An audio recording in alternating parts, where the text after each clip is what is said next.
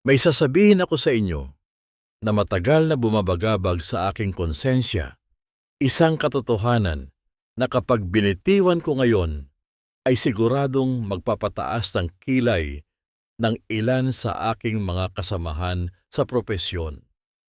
Ngunit matapos ang higit sa 20 taon sa larangan ng medisina, matapos kong masaksihan kung ano ang nangyayari sa mga pasyente kapag sinusunod nila ang bawat iisang rekomendasyon o test na iniaalok sa kanila, hindi na ako pwedeng manahimik. Ako po, si Dr. Paulo Garcia. At heto po ang katotohanan na walang gustong umamin sa inyo. Minsan, ang pinakamasamang gawin mo para sa iyong kalusugan ay ang magpasuri ng magpasuri, lalo na kapag ikaw ay tumuntong na sa edad na 60 o 65 pataas. Alam ko kung ano ang tumatakbo sa isip ninyo ngayon. Teka muna, Doc Paulo. Hindi ba dapat ikaw pa nga ang naghihikayat sa amin na magpa-check up ng lahat ng pwede naming ipa-check? Hindi ba't prevention o pag-iwas ang pinakamahalaga sa lahat? At opo, tama kayo, yan eksakto ang paulit-ulit na sinasabi sa atin sa loob ng maraming dekada. Agapan habang maaga. Hanapin ang sakit bago pa ito maging problema, maging alisto sa lahat ng nararamdaman. Iyan ang mensaheng naririnig natin sa TV, sa radyo at sa mga sikat na health magazines.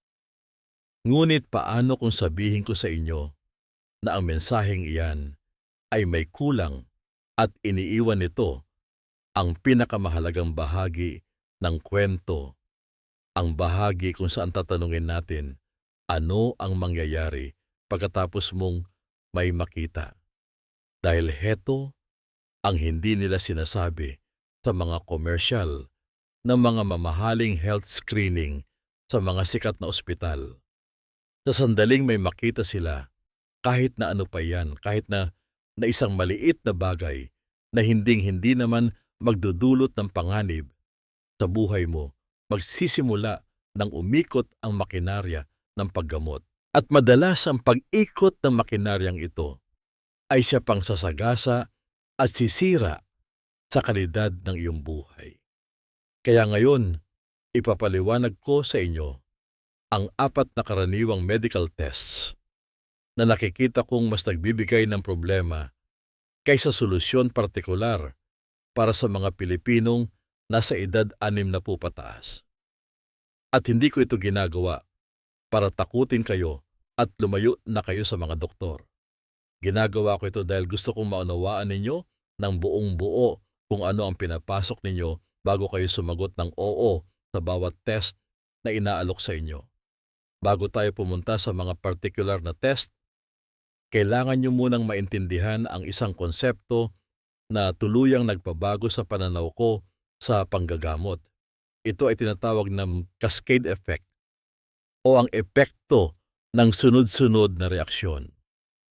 Kapag naintindihan nyo ito, hinding-hindi nyo na ito makakalimutan. Ganito yan nag-uumpisa. Pupunta kayo sa klinika para sa isang screening test. Sabihin nating napakaganda ng pakiramdam nyo. Namumuhay kayo ng normal nag-aalaga ng mga apo nakakapunta sa palengke ng walang hingal. Lumabas ang resulta ng test at may nakitang something. Baka isang maliit na anino, baka isang maliit na tuldok, baka isang numero sa dugo na medyo lumampas lang ng kaunti sa normal na linya. Ngayon, ang nakitang ito ay maaaring ganap na walang panganib. Baka nandyan na yan sa loob ng katawan ninyo sa nakalipas na 20 taon at mananatili dyan sa susunod pang 20 taon nang hindi kayo iniistorbo. Ngunit heto ang problema, nakita ito ng doktor at ngayon kailangan nilang gumawa ng aksyon. Dahil paano kung hindi nila pinansin at biglang naging seryoso pala? Kaya ipapadala kayo sa isang espesyalista. Ang espesyalista ay mag-uutos ng panibagong test, mas detalyado, mas mahal. Ang test na iyon ay magpapakita ng parehong anino, pero hindi pa rin malinaw kung ano talaga. Kaya ngayon pag-uusapan na ang pag-biopsy o isang procedure o baka tuluyang operasyon. At bawat hakbang na ito ay may kaakibat na panganib impeksyon, pagdurugo komplikasyon, matinding kaba at pagkaubos ng pera at oras. At heto, ang pinakamasakit na bahagi.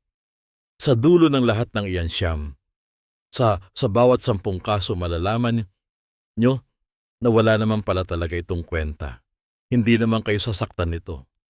Pero dumaan kayo sa ilang buwang matinding pag-aalala. Hindi kayo nakatulog ng maayos. Sumailalim kayo sa mga procedure. Baka nagkaroon pa kayo ng komplikasyon galing sa ospital at ngayon mas masama pa ang pakiramdam nyo kaysa bago kayo nagpasuri. Lahat iyan dahil sa isang test na kinuha nyo noong kayo ay malakas at walang nararamdaman. Iyan ang cascade effect. At nagsisimula ito sa isang simpleng test na sana ay hindi nyo nalang ginawa. Ngayon, nung pag-usapan natin yung unang test na nakikita kong nagiging sanhi ng ganitong problema ng paulit-ulit at mapanlin lang ito dahil pakinggan pa lang parang napakatalino, napakamoderno at napakagandang paraan ng prevention. Ang tinutukoy ko ay ang mga whole body scans, gaya ng full body MRI o CT scans na nangangakong susuriin ang buong katawan ninyo ng sabay-sabay. Sigurado akong nakita nyo na ang mga advertisements nito sa internet o sa mga flyers ng mga malalaking ospital sa Maynila. Halikayo, isiscan namin kayo mula ulo hanggang paa at hahanapin natin ang anumang sakit bago pa ito maging malaking problema. Napakagandang pakinggan, hindi ba? Para bang binibigyan kayo ng kumpletong litrato ng lahat ng nangyayari sa loob ng inyong katawan. At naiintindihan ko kung bakit maraming naiengganyo. Ang ideya na alam mo ang lahat na may kontrol ka sa kalusugan mo ay nagbibigay ng matinding kapanatagan ng loob. Ngunit heto ang tunay na nangyayari sa totoong buhay. Ipagpalagay natin na kayo ay 65 anyos na. Napakaganda ng pakiramdam nyo. Aktibo kayo, nakakapag-zumba pa sa barangay, walang anumang sintomas ng kahit na anong sakit. Nagdesisyon kayong kumuha ng isa sa mga scan na ito para lang makasiguro. Pupunta kayo sa klinik. Hihiga kayo sa loob ng isang malaking makina na parang tubo sa loob ng 30 minuto. At makalipas ang ilang araw, kukunin nyo ang resulta. At doon sa report, may binanggit ang radiologist isang maliit na nodule sa inyong baga 3 milimetro, halos kasing laki lang ng pambura ng lapis. O kaya naman ay isang maliit na cyst sa inyong bato o isang maliit na anino sa inyong atay. Nakasulat sa ibaba ng report, inirekomenda ang follow-up imaging makalipas ang 3 hanggang 6 na buwan. Ngayon, ano ang mararamdaman nyo sa sandaling iyon? Pumasok kayo sa ospital na pakiramdam nyo ay malakas at malusog kayo tapos lalabas kayo na sinabihan na merong something sa loob ng inyong katawan na kailangang bantayan. Malamang ay hindi na kayo makakapag-isip ng maayos. Bawat malalim na paghinga nyo, maiisip nyo yung nodule sa baga. Bawat kirot sa tagiliran, maiisip nyo yung cyst sa kidney. Kaya makalipas ang 3 buwan, babalik kayo para sa isa pang scan. Baka nandun pa rin yung tuldok. Baka lumaki ng napakaliit. Mahirap masabi. Irerekomenda ng radiologist na magpunta kayo sa espesyalista. Gusto ng espesyalista na makasiguro kaya magre-rekomenda siya ng biopsy. At ang biopsy ay hindi biro. Ibig sabihin nito ay patutulugin kayo o bibigyan ng anesthesia at may itutusok na mahabang karayom papunta sa inyong baga o bato o kung nasaan man ang anino na iyon. May panganib ng impeksyon, may panganib ng pagdurugo, At heto ang sinasabi ng mga pag-aaral at siyensya kapag iniskan nila ang mga malulusog na taong nasa edad 60 pataas, may nakikita silang hindi pangkaraniwan sa halos lahat sa kanila. Hindi ako nagbibiro. Pinag-uusapan natin dito ay 70 hanggang 75% ng mga tao may maliliit na spots, maliliit na cyst, maliliit na anino. Ang tawag ng mga doktor dito ay incidentalomas. Mga bagay na hindi sinasadyang natuklasan. At ang karamihan sa mga ito, at ibig kong sabihin, ay halos lahat ay hinding-hindi magdudulot ng problema. Sila ay bahagi lang ng pagkakaroon ng katawan na nagamit na ng 6 o 7 dekada. Sila ay parang mga kulubot o wrinkles pero sa loob ng katawan. Ngunit kapag nakita na natin, hindi na natin pwedeng baliwalain. At doon magsisimula ang bangungot ng cascade effect. May mga totoong pananaliksik na ginawa tungkol dito. Sinundan nila ang mga taong nagpa-whole body scan. At alam nyo ba kung ano ang nadiskubre nila? Ang mga taong nagpa-scan ay hindi naman humaba ang buhay kumpara sa mga hindi nagpa-scan. Hindi rin sila nakaiwas sa mga malalalang sakit. Ngunit nakita nilang nagkaroon sila ng napakataas na antas ng anxiety o matinding pagkabalisa, depresyon, at mga hindi kinakailangang operasyon o procedure. Hindi sila naging mas malusog dahil sa scan. Naging mas sakitin sila sa pag-iisip at katawan. Kaya ano ang dapat ninyong gawin? Sa halip na ito, at mahalaga ito, dahil hindi ko sinasabing huwag ninyong alagaan ang kalusugan nyo. Ang sinasabi ko ay pagtuunan ninyo ng pansin ang tamang bagay. Sa halip na kumuha ng litrato ng inyong mga lamang loob, tutukan nyo kung paano gumagana ang inyong katawan.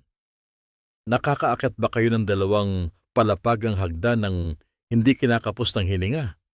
Nakakatayo ba kayo mula sa pagkakaupo sa silya ng hindi humahawak o nagpapatukod?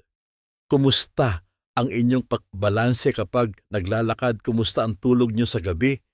Ang mga sukatan ng functional health na ito ay nagbibigay sa amin ng mas malinaw at mas totoong estado ng inyong kalusugan kaysa sa anumang mamahaling scan.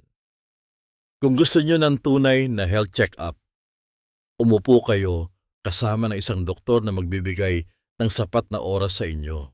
Isang doktor na iisa-isahin ang bawat gamot na iniinom ninyo dahil sinisiguro ko kahit isa sa mga yan ay posibleng nagdudulot na ng mas nakakasama kaysa nakakabuting epekto. Isang doktor na kakausapin kayo tungkol sa inyong kinakain, sa inyong ehersisyo at sa inyong koneksyon sa pamilya at mga kaibigan dahil ang mga ordinaryo at simpleng bagay na ito ang totoong nagpapasya kung gaano kayo kalusog. Ang scan ay naghaharap ng mga problemang baka hindi naman talaga totoo. Ang functional assessment ay pinapalakas ang kalusugang meron na kayo. Malaking pagkakaiba iyon. Ngayon, lumipat naman tayo sa pangalawang test. At ang isang ito ay nakakaapekto sa napakaraming pamilyang Pilipino dahil tinatamaan ito ang isa sa mga pinakamalaking takot natin sa pagtanda.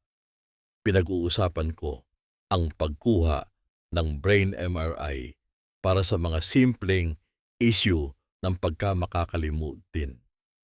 Heto ang karaniwang kwento na naririnig ko sa klinika.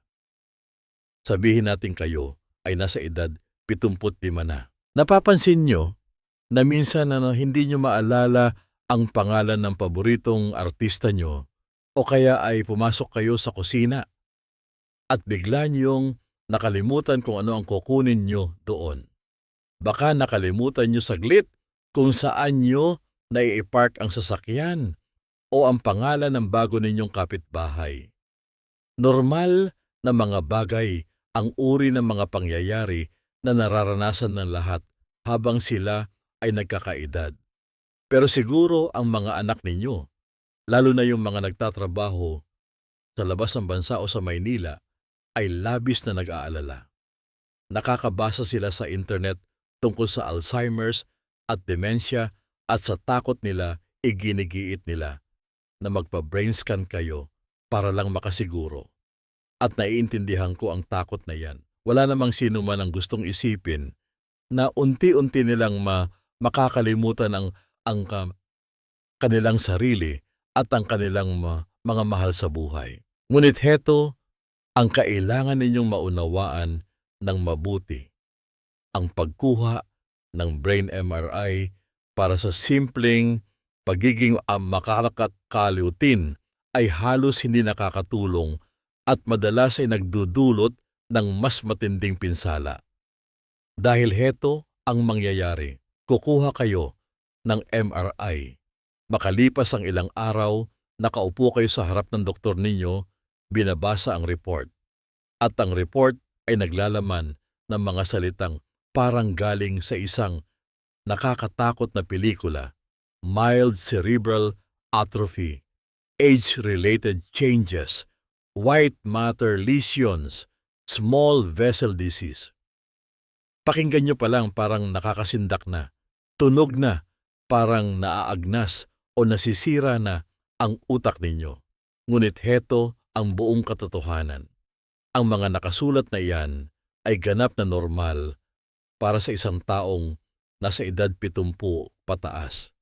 Inilalarawan lang nila kung ano ang hitsura ng bawat utak na umabot na sa ganyang edad. Parang pinikturan mo ang balat ng isang matanda at magugulat ka na sa report ay may nakasulat na wrinkles at age spots. Siyempre meron ganyan talaga ang hitsura ng balat kapag ikaw ay 75 anyos na.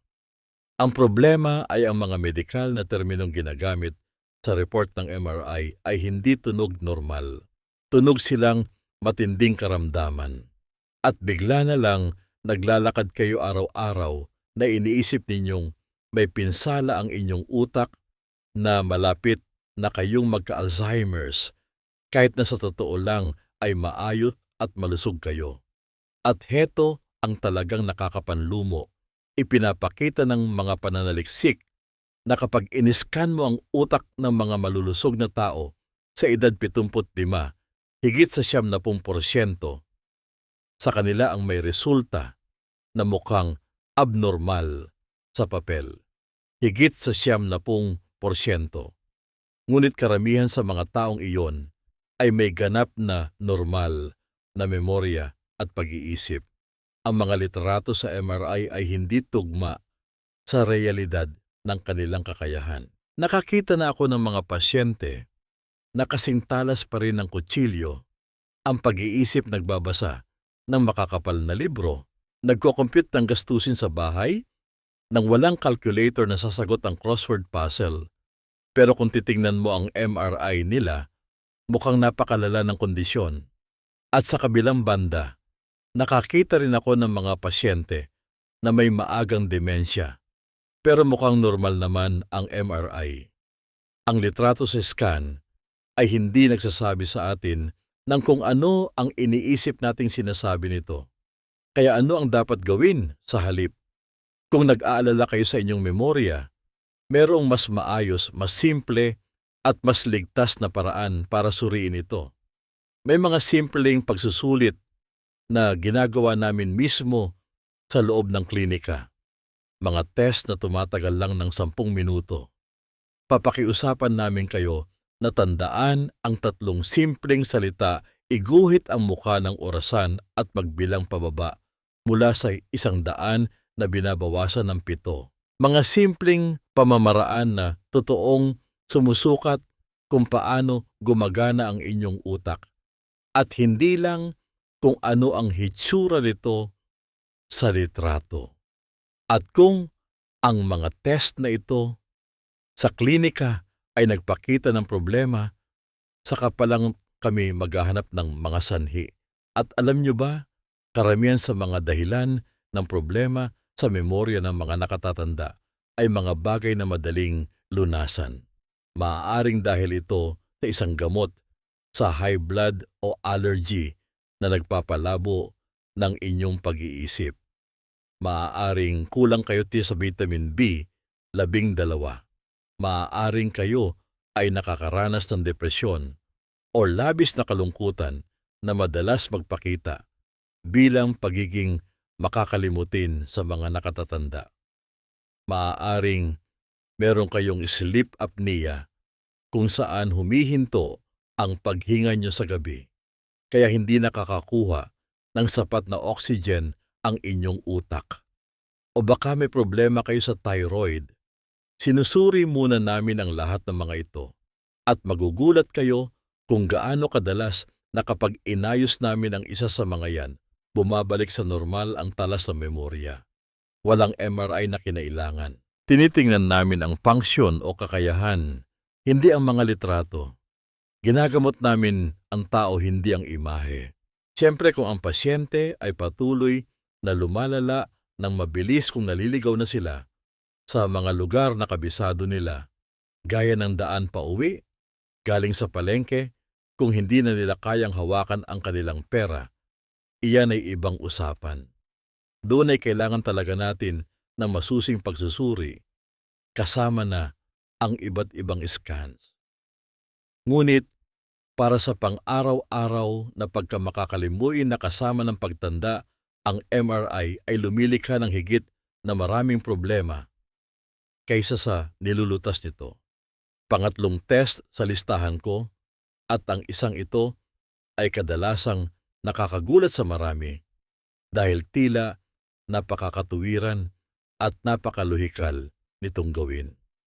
Pinag-uusapan ko ang mga stress test para sa inyong puso, lalo na ang pagsasalang sa isang pasyente sa treadmill nang dahil lamang umabot na sila sa isang partikular na edad.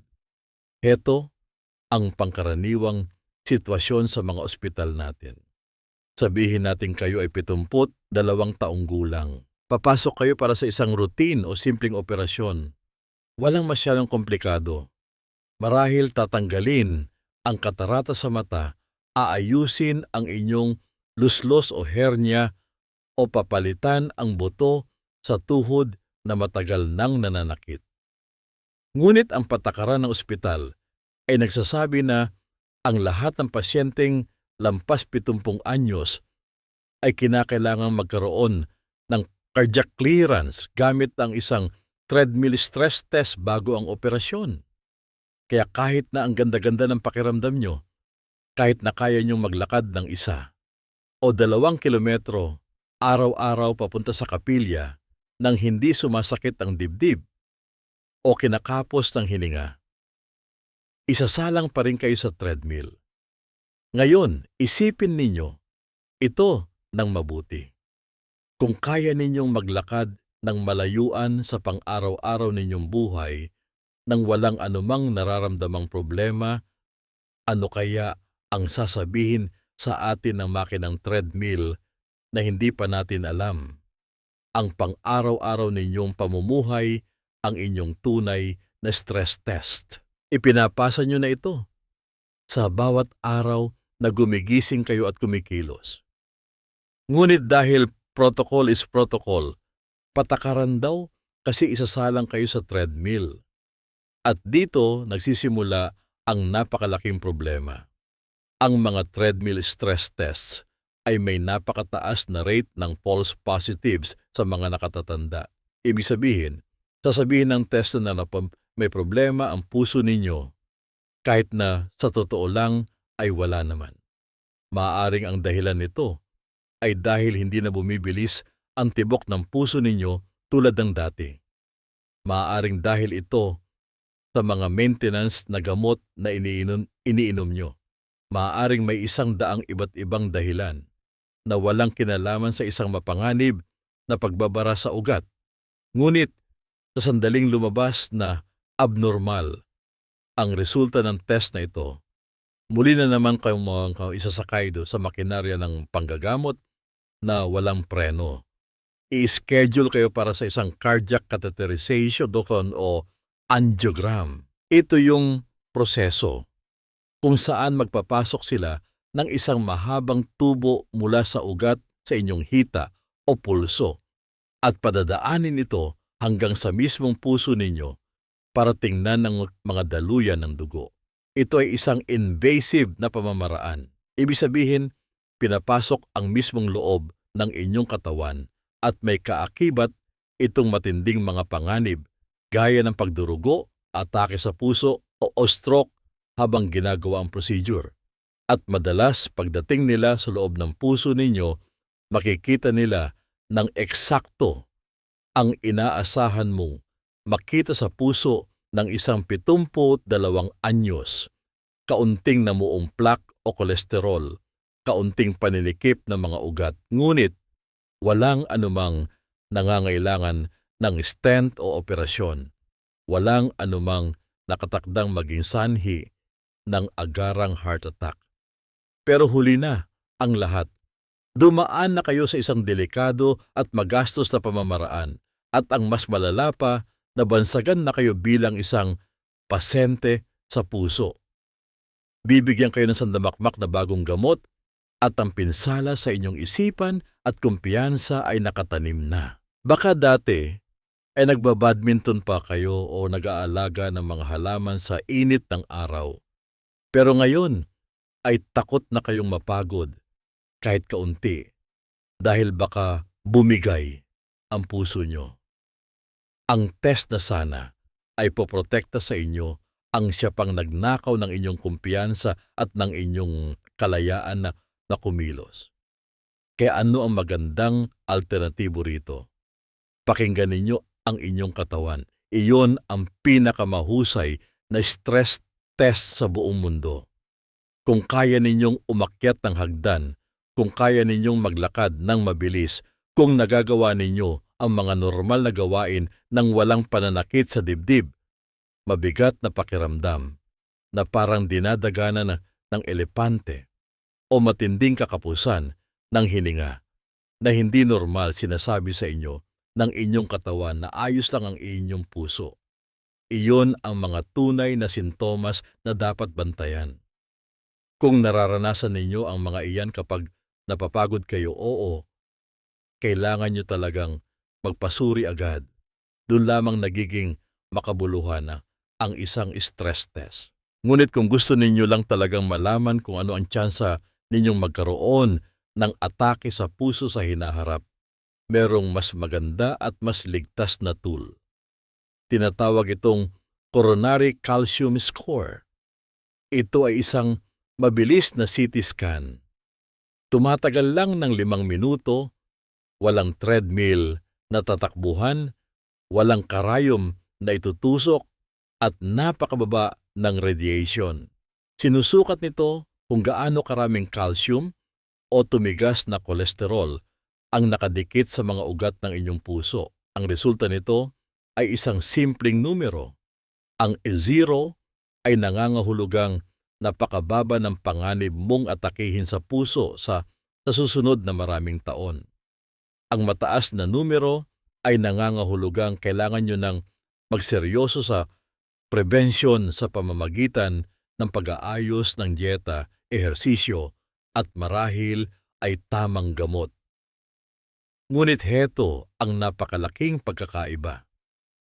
Ang calcium score ay nagsasabi lang sa atin ng inyong panganib. Naggagabay ito kung paano iiwas. Hindi ka nito automatikong ipinapadala sa isang delikadong operasyon gaya ng angiogram. Binibigyan ka nito ng malinaw na impormasyon para makapagdesisyon ka, hindi ng matinding takot at panik na pumipilit sa iyo na magpa-opera agad. Huwag ninyong hayaang may magsalang sa inyo sa treadmill dahil lang sa inyong edad. Magtiwala kayo sa kung ano ang ipinaparamdam sa inyo ng sarili ninyong katawan araw-araw. Ngayon dumating na tayo sa ika-4 at huling test at alam kong magiging napaka-kontrobersyal nito. Pinag-uusapan ko ang mga colonoscopy para sa mga taong lampas na sa edad 75, partikular ang mga routine o naka-schedule na screening kung saan ang mga nakaraang colonoscopy nyo naman ay pawang normal at wala namang kayong espesyal na risk factors. At hayaan ninyong linawin ko ito ng mabuti, hindi po ako laban sa colonoscopy. Ito ay isang kamangha-manghang imbensyon ng siyensya. Inirerekomenda ko itong simulan pagtuntong ng edad 45 o 50. Talagang napipigilan nito ang kanser sa bituka sa pamamagitan ng pagpapahintulot sa amin na alisin ang mga maliliit na bukol o polyps bago pa man sila maging ganap na kanser. Kung kayo ay nasa edad 50 hanggang 60 o early 70 at kailangan nyo ng magpa-colonoscopy, parang awa nyo na gawin ninyo. Ngunit heto ang katotohanan. Bawat medikal na test ay isang pagbabalanse ng benepisyo at panganib. At ang balansing iyon ay nagbabago habang tayo ay nagkakaedad. Ang benepisyo ng colonoscopy ay ang pigilan ang isang kanser na kung sakali mang mag-umpisa ay aabutin ng 5 hanggang 10 taon bago magdulot ng tunay na problema sa inyong katawan. Ngunit kung kayo ay 78 o 80 taong gulang na sulit pa ba ang benepisyong iyon kumpara sa mga mabibigat na panganib? Dahil ang colonoscopy ay may mga seryosong panganib at ang mga panganib na ito ay mabilis na tumataas kasabay ng inyong edad. Nandyan ang paghahanda preparation. Kailangan ninyong uminom ng halos 1 galong pangpurga na magpapanatili sa inyo sa loob ng banyo ng buong gabi naglalabas ng likido hanggang sa malinis ang bituka. Para sa isang matanda, ang prosesong ito ay maaaring mag-iwan sa kanya na lubhang dehydrated at nanghihina. Nandyan ang sedasyon o pampatulog na sa mga nakatatanda ay may dalang mas malaking panganib ng pagkalito, pagkagising o kaya ay pagtigil ng paghinga. At nandyan ang pinakamalaking kinatatakutan naming mga doktor, ang perforation o ang pagkapunit ng pader ng mismong bituka. Habang tayo ay tumatanda, ang madidingding ng ating bituka ay numinipis ng numinipis. Ang panganib na aksidenteng mabutas ng mahabang tuboscope, ang bituka ay tumataas, halos dumodoble o nag-i-triple pagkagaling sa edad 75. At ang perforation ay isang surgical emergency. Ibig sabihin nito ay kailangan kayong madali ang operahan. Minsan nauuwi ito sa pagkakaroon ng colostomy bag, isang supot sa inyong tiyan kung saan lalabas ang inyong dumi habang buhay. Para sa isang 80 anyos na pasyente, ang ganyang klase ng operasyon at komplikasyon ay maaaring mga hulugan ng katapusan ng kanyang kakayahang mamuhay ng mag-isa at malaya. Ngayon, timbangin ninyo iyon laban sa benepisyo. Sinusubukan ninyong pigilan ang isang kanser na aabutin pa ng maraming taon bago maging problema. Kung ang natitirang inaasahang haba ng inyong buhay ay mas mababa na sa 10 taon, hindi na tama ang matematika. Mas malaki ang tsansa ninyong mapahamak dahil sa proseso ng colonoscopy kaysa sa mailigtas nito. Kaya naman, ang karamihan sa mga international medical guidelines ngayon ay nagsasabi na itigil na ang routine screening sa pagitan ng edad 75 hanggang 85. Siyempre, hindi ito pare-pareho sa lahat ng tao. Kung may kasaysayan ng kanser sa bituka, ang inyong pamilya, kung marami na kayong nakitang polyps dati, o kung meron kayong inflammatory bowel disease, iyon ay ibang usapan at kailangan ninyong kumonsulta sa doktor. Ngunit para sa pangkaraniwang tao na walang espesyal na panganib ang patuloy na pagpapakolonoscopy tuwing 5 o 10 taon hanggang sa kayo ay mag-80 anyos ay malamang na mas nakakasama pa kaysa nakakabuti. Kaya ano ang dapat ninyong gawin? Sa halip babalewalain nyo na lang ba ang inyong bituka? Siyempre hindi. Lilipat kayo mula sa invasive na pag-i-screen papunta sa matalinong pagbabantay. Una, maging mapagmasid sa inyong mga sintomas. Napakahalaga nito. Kung napansin ninyo ang hindi maipaliwanag at tuloy-tuloy na pagbabago sa pagdumi ninyo, kung may nakikita kayong patak ng dugo sa inyong dumi, kung meron kayong pananakit ng tiyan na hindi nawawala, kung bigla kayong pumapayat ng walang dahilan, o kung namumutla kayo dahil sa anemia, ito ay mga red flags o babala. Sa puntong ito, hindi na mahalaga ang edad. Kailangan nyo ng colonoscopy para malaman kung ano talaga ang nangyayari. Pangalawa, gamitin ang kapangyarihan ng masustansyang pagkain. Ito ang pinakamalaking tulong. Ang kaisa-isang pinakamagandang gawin ninyo para sa inyong bituka ay kumain ng maraming fiber mula sa mga lokal na gulay. Kamote kangkong, malunggay sitaw munggo at mga prutas tulad ng papaya. Ang fiber ay pagkain ng mga mabubuting bakterya sa inyong tiyan at ang mga bakteryang ito ay naglalabas ng mga substansya na pumoprotekta sa inyo laban sa pamamaga at kanser. Ang pagkain ng mas maraming munggo o pinakbet ay isang paraan ng prevention na tumutulong sa buong katawan na may zero na panganib. Ang mensahe dito ay gawin ang inyong colonoscopy habang ito ay may saysay hanggang sa maagang bahagi ng inyong 70. Matapos iyon, para sa karamihan, oras na para mag-focus sa pagbabantay ng mga sintomas at pagkain ng mga tamang gulay. Kaya ayan po, 4 na medical tests na nakikita kong nagdudulot ng mas maraming pinsala kaysa kabutihan, lalo na kapag umabot na kayo sa edad na 60 pataas. Mga whole body scan na naghahanap ng problemang hindi naman talaga problema. Brain MRI para sa normal na pagkamakakalimutin ng matatanda na nagdudulot lamang ng abnormal na takot at kaba. Mga routine na treadmill stress test na nagtutulak sa mga pasyente sa sunod-sunod na delikadong operasyon. At ang colonoscopy lagpas sa edad 75 na may mas mataas na panganib na makapunit ng bituka kaysa makapagligtas ng buhay. Napapansin nyo ba ang iisang pattern dito? Lahat ito ay umiikot sa cascade effect. Ang isang test ay humahantong sa isa pang test na humahantong sa isang operasyon na humahantong sa isang komplikasyon. At sa kalagitnaan ng lahat ng kabaliwan na iyan, nakakalimutan nating itanong ang pinakamahalagang katanungan sa lahat. Mas napabuti ba talaga ang lagay ng pasyente pagkatapos ng lahat ng ito? Dahil heto, ang natutunan ko sa mahigit 20 taon ng pagiging manggagamot.